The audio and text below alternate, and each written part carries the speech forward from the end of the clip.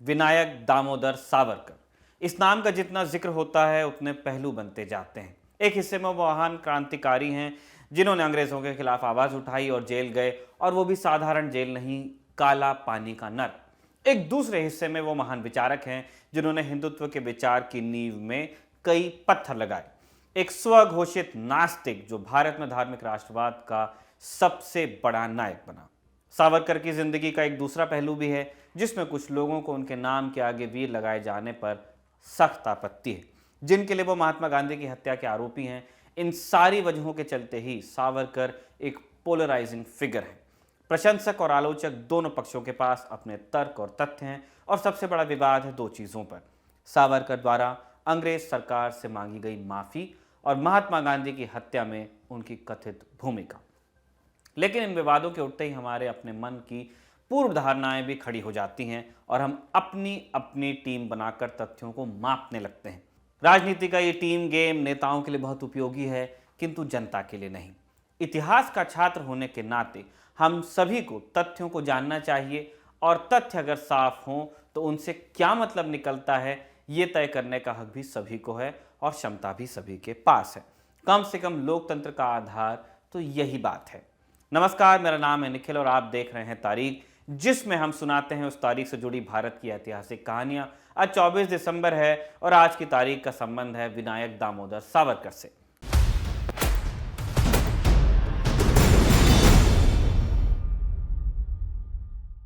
शुरुआत 1 जुलाई 1909 से। इस दिन स्वतंत्रता संग्राम सेनानी मदन लाल ढींगरा ने सर विलियम कर्जन वाइली की गोली मारकर हत्या कर दी।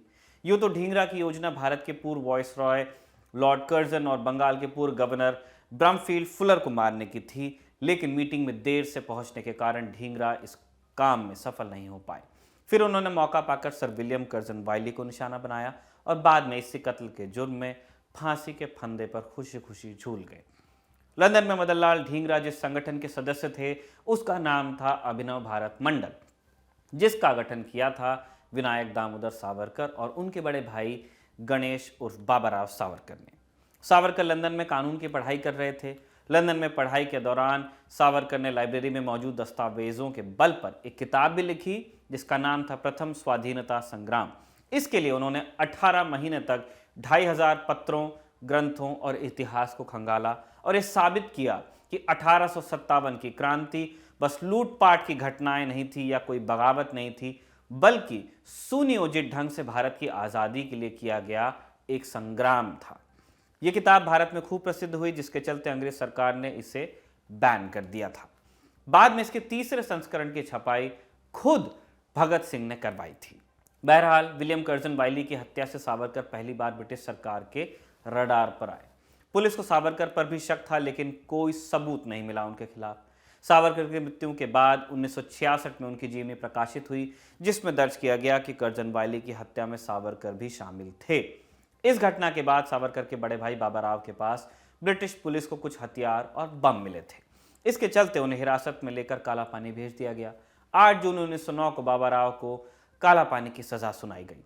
तब बाबाराव के दोस्तों ने उनकी सजा का बदला लेने का फैसला किया।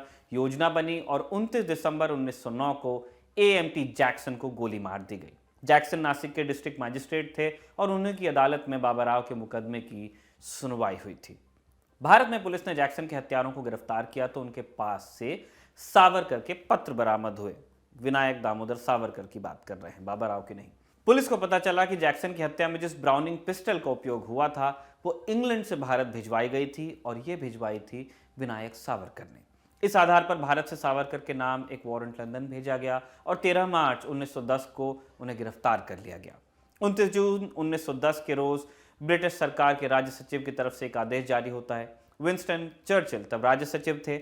आदेश था कि एक विशेष शिप से सावरकर को भारत भेजा जाए और वहां उन पर मुकदमा चले। इसके 2 दिन बाद यानी 1 जुलाई को सावरकर को लेकर एक विशेष जहाज भारत के लिए रवाना होता है। 6 जुलाई के रोज फ्रांस के नज़दीक उसमें कुछ खराबी आती है तो उसे फ्रांस के मर्सेलिस बंदरगाह के, या मरसाई भी कहते हैं, बंदरगाह के किनारे रोका जाता है। मौका पाकर सावरकर शिप के टॉयलेट के होल से समंदर में कूद लगाते हैं और तैरते हुए किनारे तक पहुंच जाते हैं। फ्रांस ब्रिटेन से अलग था, इसलिए सावरकर को लगा कि यहाँ उन्हें असाइलम मिल जाएगा। वो दौड़ते दौड़ते एक फ्रेंच पुलिस वाले के पास पहुंचते और अपनी बात समझाने की कोशिश करते हैं। भाषा की अड़चन थी, साथ ही जहाज से पीछा करते हुए ब्रिटिश पुलिस भी वहां पहुंच जाती है। चोर चोर का शोर होता है इसके बाद, और सावरकर को गिरफ्तार कर लिया जाता है। मामला इंटरनेशनल कोर्ट पहुंचता है। इसके बाद 25 अक्टूबर 1910 को फ्रेंच और ब्रिटिश सरकार के बीच एक समझौता होता है और सावरकर ब्रिटेन के हवाले कर दिए जाते हैं। फिर आती है आज की तारीख। मुकदमे के बाद आज ही के दिन यानी 24 दिसंबर 1910 के रोज सावरकर को मामले में दोषी ठहराते हुए 2 आजीवन कारावासों की सजा सुनाई जाती है, कंसेक्यूटिव यानी 2 उम्र कैद। ये कुल 50 साल की कैद थी। 4 जुलाई 1911 को सावरकर काला पानी पहुंचते हैं और उन्हें अंडमान की सेलुलर जेल में डाल दिया जाता है। यहां तक सावरकर के जीवन का पहला हिस्सा खत्म होता है और दूसरा हिस्सा शुरू होता है। करीब 10 साल सावरकर अंडमान की जेल में रहे। जेल से रिहाई के लिए उन्होंने 6 बार खत लिखे। सावरकर की आलोचना करने वाले कहते हैं कि जेल से छूटने के लिए उन्होंने अंग्रेजों से माफी मांगी थी। अब दिक्कत यह है कि माफी वाली बात लोगों को हजम होती नहीं है। जिनके आगे वीर लगा हो वो माफी मांगे, बात कुछ हद तक विरोधाभासी लगने लगती है। इसीलिए एक दूसरा नैरेटिव भी गढ़ा जाता है कि गांधी के कहने पर ऐसा किया गया था। यह बात तो सही है कि गांधी ने सावरकर की रिहाई की वकालत की थी। अपने यंग इंडिया अखबार में गांधी ने 26 मई 1920 को एक लेख में सावरकर का जिक्र किया। गांधी ने लिखा कि कई अहम राजनीतिक अपराधियों को भी अभी तक रिहा नहीं किया गया है, जिनमें सावरकर बंधु भी हैं, यानी विनायक दामोदर सावरकर और गणेश दामोदर सावरकर, बाबा राव और सावरकर जिनको हम कहते हैं छोटे भाई। गांधी लिखते हैं कि इनका अपराध भी उतना ही है जितना पंजाब में रिहा किए गए कई राजनीतिक अपराधियों का है। दोनों भाइयों को अभी तक नहीं छोड़ा गया है, जबकि उनकी रिहाई पर रॉयल प्रोक्लेमेशन को छपे 5 महीने बीत गए हैं, यानी उनकी रिहाई का ऐलान हो चुका है। रिकॉर्ड मिलता है कि सावरकर ने 1911 में पहली बार अंग्रेजों से रिहाई की गुहार लगाई। तब गांधी भारतीय स्वतंत्रता आंदोलन का हिस्सा नहीं थे, साउथ अफ्रीका में थे। गांधी की एंट्री 1915 के आसपास होती है। सावरकर की रिहाई की मांग गांधी ने 1920 में जाके की। आने के भी 5 साल बाद रिहाई की याचिका पर गांधी ने सावरकर के भाई को चिट्ठी भी 1920 में लिखी। तो यह कहना कि गांधी के कहने पर सावरकर ने मर्सी पिटीशन दायर की थी, इतिहास के हिसाब से ठीक नहीं है। माफी का आइडिया सावरकर बंधुओं का ही था। गांधी ने बस इतना उसमें ऐड किया था कि अगर बाकी राजनीतिक बंदियों को एक प्रक्रिया के तहत छोड़ा जा रहा है तो उसी प्रक्रिया के तहत जो कि उन पर लागू होती है, तो सावरकर बंधुओं को भी छोड़ा जाना चाहिए। नेचुरल जस्टिस की बात है। लेकिन इससे भी बड़ा मुद्दा है सावरकर के पत्रों में लिखी बातें। 14 नवंबर 1913 को भेजी अपनी चिट्ठी, जो दूसरी चिट्ठी होती है याचिका, उसमें वो अंग्रेज सरकार से खुद को भारत में किसी भी अन्य जेल में भेज देने की बात लिखते हैं। साथ ही वो लिखते हैं कि जिस तरह भी संभव होगा वो सरकार के लिए काम करेंगे। उन्होंने ये भी तर्क दिया कि अंग्रेजों द्वारा उठाए गए सुधारात्मक कदमों से उनकी संवैधानिक व्यवस्था में आस्था पैदा हुई है और इसीलिए अब वो हिंसा के मार्ग का त्याग करते हैं। अब इस मुद्दे पर तर्क दिया जाता है कि सावरकर ने स्ट्रैटेजी के रूप में ये बातें कही थी ताकि वो जेल से बाहर निकल सके। मतलब ये कि आप पत्र की भाषा में छुपे गहरे अर्थ की तरफ देखें।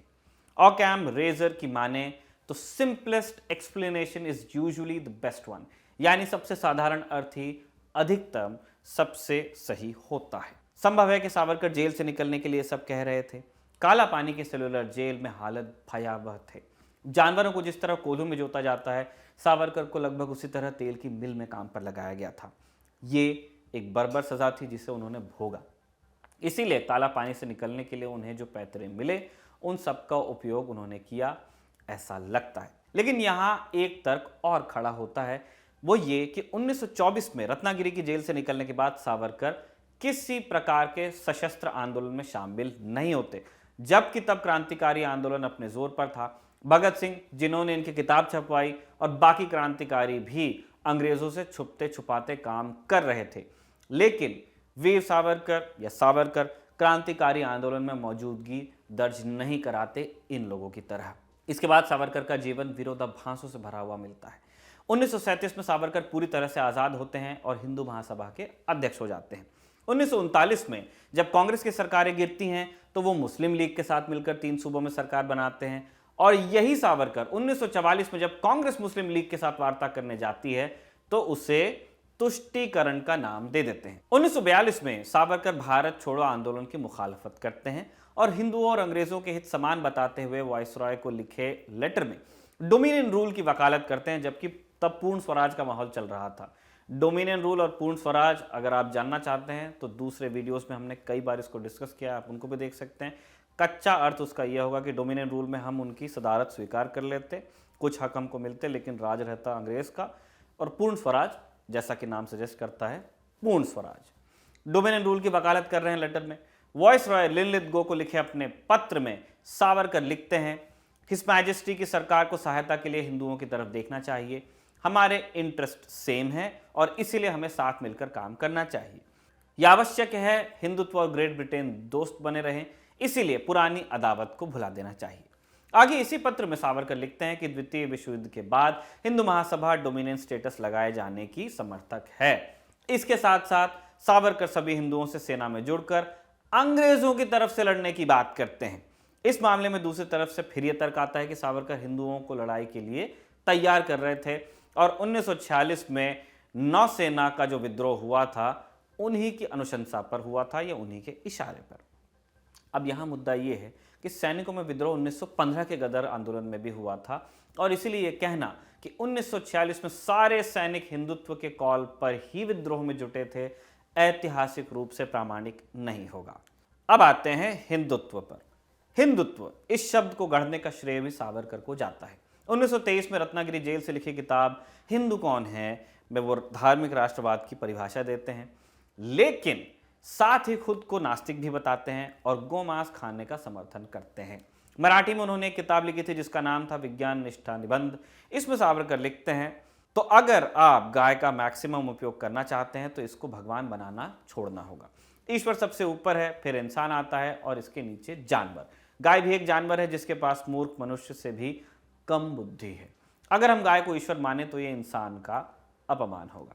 सावरकराचा गोष्ठी एक और किताब है, यानी सावरकर की बातें। इसमें सावरकर लिखते हैं, कोई वस्तु जितना खाने लायक होती है उतना ही इंसान के लिए फायदेमंद होती है, पर इससे धर्म को जोड़ देना इसको ईश्वरीय स्टेटस दे देता है। यह अंधविश्वास देश की बुद्धि को भ्रष्ट कर देता है। यूनिवर्सिटी ऑफ इटली में इतिहास के प्रोफेसर मार्जिया कैसोलारी यूरोपियन राष्ट्रवाद को लेकर सावरकर के विचारों पर प्रकाश डालती हैं। Hindutva's foreign type in the 1930s archival evidence नाम के एक शोध पत्र में वो बताती हैं, 1938 में पूना में हुई एक सभा में भाषण देते हुए सावरकर जर्मन नाजीवाद का समर्थन करते हैं और जर्मन नाजीवाद और इतालवी फासीवाद के विरोध के लिए नेहरू की आलोचना करते हैं। और ये आलोचना करते हुए सावरकर कहते हैं, जर्मनी ने जो हासिल किया है वो सच्चा राष्ट्रवाद है। इसी सभा में वो चेकोस्लोवाकिया पर जर्मन अधिग्रहण का समर्थन भी कर देते हैं। 11 दिसंबर को दिए एक भाषण में वो यहूदियों को कम्युनल बताते हुए आर्यन रेस के उद्भव का स्वागत करते हैं और कामना करते हैं कि जर्मनी की जीत से भारत के हिंदुओं को भी हौसला मिले। 5 अगस्त 1939 को अपने भाषण में वो विचार, धर्म, भाषा और संस्कृति को राष्ट्रवाद की धुरी बताते हुए कहते हैं, यहूदी और जर्मन कभी एक राष्ट्र नहीं बना सकते। सुना सुना लग रहा है आपको? सावरकर हिंदू महासभा के राजनीतिक पत्रों में सबको समान अधिकार मिलने की बात करते हैं, लेकिन साथ ही कहते हैं कि मुसलमान और ईसाई कभी सच्चे भारतीय नहीं हो सकते। समर्थकों का तर्क इस मामले में रहता है कि यह सब वो भारत की आज़ादी के लिए कर रहे थे, ये स्ट्रैटेजी थी आदि आदि। अपन तो यही कहेंगे, ऑकैम रेजर के हिसाब से सबसे आसान विश्लेषण यही बैठता है कि सावरकर भारतीय स्वतंत्रता संग्राम के एक अव्यय थे, वैसे ही जैसे नेहरू और गांधी भी थे। वह हिंदू मुस्लिम एकता पर विश्वास करते थे, सावरकर नहीं करते थे। उन्होंने अपना राजनीतिक रास्ता चुना जिसमें कुछ ब्लैक है तो कुछ व्हाइट। एक क्रांतिकारी के रूप में भारत के स्वतंत्रता संग्राम में उनका योगदान है, लेकिन यह भी सच है कि जिस धार्मिक राष्ट्रवाद की वकालत सावरकर करते रहे उसका नतीजा उसके कुछ साल बाद ही जर्मनी में होलोकास्ट के रूप में दिख गया था। अपनी तरफ से एक डिस्क्लेमर हम भी जोड़ देते हैं, धर्म लोगों के लिए होता है ताकि वो मानव अवस्था की मुश्किलों में एक सहारा, एक रास्ता खोज सके, लेकिन स्टेट का कोई धर्म नहीं होना चाहिए, ना ही हो सकता है। ज्यादा तर्क नहीं देते हुए इतना ही कहेंगे कि इस मामले में अधिकतर पुरुषों को बहुत फर्क नहीं पड़ता। कम से कम जिस धर्म के राष्ट्रवाद की वकालत की जा रही है उन्हें एक धार्मिक स्टेट में भुगतना महिलाओं को पड़ता है। धर्म की आड़ में उन्हें देवी बताकर रेप से बचाने के लिए चाउमीन ना खाने की सलाह दी जाती है, या धर्म के नाम पर गर्भपात और अपनी मर्जी से की गई शादी जैसी चीज़ों को इलीगल बनाकर उनकी आज़ादी में बाधा डाली जाती है। इसलिए जो भी धर्म का राष्ट्रवाद चुने, अपनी किसी महिला दोस्त से ज़रूर पूछें उन्हें नियम कितने ज़्यादा सुहाते हैं। आपके मित्र नहीं है तो अफगानिस्तान में अगर आपकी कोई दोस्त हो तो आप उससे पूछ सकते हैं कि जब धर्म राजनीति में कूद पड़ता है तब किस तरह का नतीजा निकलता है। तारिक के आज के एपिसोड को लिखा था, इस शानदार एपिसोड को हमारे दोस्त कमल ने और कैमरा पर इसे रिकॉर्ड किया था हमारे दोस्त विजय ने। देखते रहिए दी ललन टॉप।